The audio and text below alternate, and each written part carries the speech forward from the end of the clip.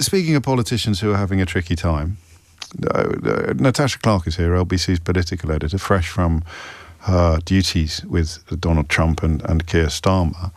What is going on? It's hard to cover this because Jeremy Corbyn is not a Labour MP anymore, and nor is Zarah Sultana. And there was a lot of excitement on the left when they revealed that they were planning to launch their own party. And then, correct me if I get any of this wrong, and then there was a bit of a wobble because Zarah Sultana made announcements that Jeremy Corbyn then tried to walk back on, and no one was entirely clear who the leader was going to be, or it was going to be both of them, and they still haven't got a name. And yesterday, an email was sent out inviting people to join and to subscribe. Yep, that's all right so far. What happened next? What happened next is an example of how not to set up a political party if the examples that you've given were not already included. So what happened next? Zarah Sultana, as you say, one of those MPs that is involved in setting up this new left-wing party. And like you say, it has got a lot of support. It's got a lot of people very excited. People that used to be supporters of Jeremy Corbyn, people that think the Labour Party is drifting to the right, that it's what you might call the triumph of hope over experience.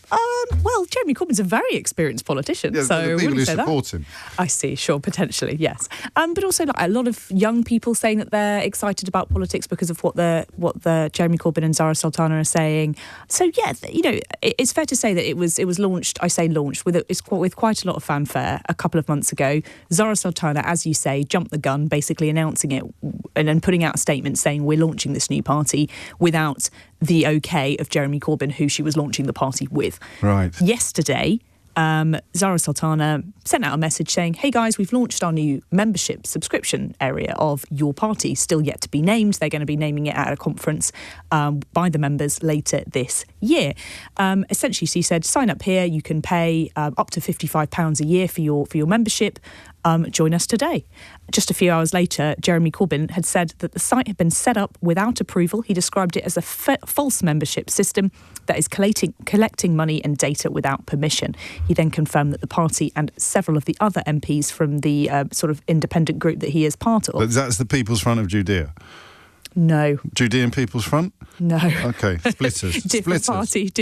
Okay, carry on. And he then confirmed that they had referred the matter to the Information Commissioner's office. He urged all of those supporters to ignore that email requesting funds. And it's interesting, James, because you look at the IP address for the website, it's a slightly different website that Zarah Sultana or her supporters has set up this membership site, which is not funded by the same organisation. So she has done something slightly different under a slightly separate umbrella.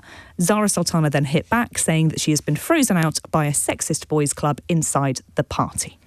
And then, you might not even know this, but then Josiah Mortimer reported later yesterday, the chief reporter at Byline Times, that Jeremy Corbyn had been removed as a person of significant control from your party's holding company at Company's House. Yes, but if you go onto the Company's House website, he is still a person... he's still being listed as a company director. That's right, but he is now no longer a person with all of the same. But that is, I think, a result, and I'm told by people close to this, that is a result of adding other people into that, so he therefore no longer owns 75% of the shares. So I also got excited about that news.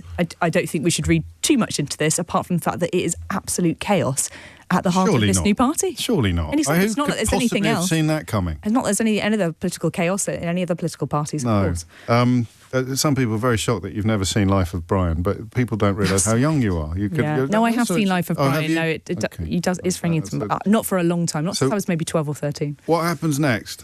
What happens next? Well, actually, there's been a couple of reports out this morning. I find this quite funny. Diplomatic efforts are underway to settle the row that has engulfed Jeremy Corbyn and Zarah Sultana. That's according to the PA news agency reporting this morning. Sources close to the pair seeking to mediate behind the scenes to salvage the future of the as yet unnamed political venture. Okay. Can they make it work? Potentially. Look, it just goes to show that it's not easy setting up your own political party. And Zach Polanski of the Greens has jumped on this one, saying, join the Greens instead. We're a serious political organisation. On the other hand, on the other side of the political spectrum, Zia Youssef has said, from Reform, has said, this is just goes to prove that it's a lot harder setting up your own party than a lot of people think. Oh, bless. And that's the problem, isn't it? Everyone else except the people responsible are going to get the blame for this. And the factionalism presumably will be insuperable. So this now means that people who like Jeremy Corbyn will turn on Zarah Sultana, and people who like Zarah Sultana will turn on Jeremy Corbyn. Yeah, potentially. So their membership is apparently supposed to be opening in September. They're meant to be launching their sort of regional assemblies, having an online vote next month on the party name. I will be very closely watching an event which is meant to be taking place on Thursday, the 9th of October, with Jeremy Corbyn and Zarah Sultana together. And do we know what happens to the 55 quid that some people will already have sent in yesterday? Well, no, exactly. I mean, unless the Information Commissioner's Office say that this has been done, without authority and without the proper rules, then sorry, you might not get that money back now. Any reason to think that these characters may not be best placed to run an actual country? I couldn't possibly comment on that. I mean, it's just a joke, isn't it? And I think a lot of people think it is just a total joke. I'm sure it's a scam. I'm sure it's got absolutely nothing to do with Jeremy Corbyn. Maybe and it's not. It's all people causing trouble in the background. Potentially someone's hacked Zarah Sultana's social media account. All maybe. of that. It was exactly. the account. It's all a scam. Yeah, None of this happened. On a serious note, though, the Labour Party... He's the absolute boy. The absolute boy, I've forgotten about that.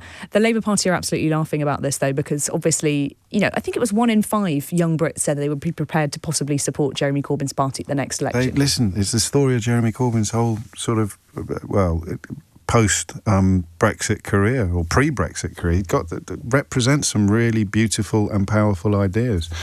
But it's a bit like sending the worst imaginable salesman out to sell a beautiful product. If John McDonnell had been leader, if he hadn't been here, if he hadn't had that heart attack, then the whole recent history of British politics may be different. But of course, some people do not learn from their mistakes, and Jeremy Corbyn is in many ways their patron saint. So here we are again. We're watching chaos unfold, which is entirely down to the key characters whose supporters will blame everybody except the key characters and themselves for the chaos that continues to unfold. Yeah, and it's like you say, in a way it's unfair, isn't it, that millions of people potentially that want to support an alternative to the Labour Party, a more left-wing alternative, are left scratching their heads and putting their heads in their hands, going, where do I go now? It's arguably bigger than it's ever been. Thank you, Natasha. And listen, in the interest of democracy, let's hope that they all get it sorted out and that these diplomatic efforts are successful.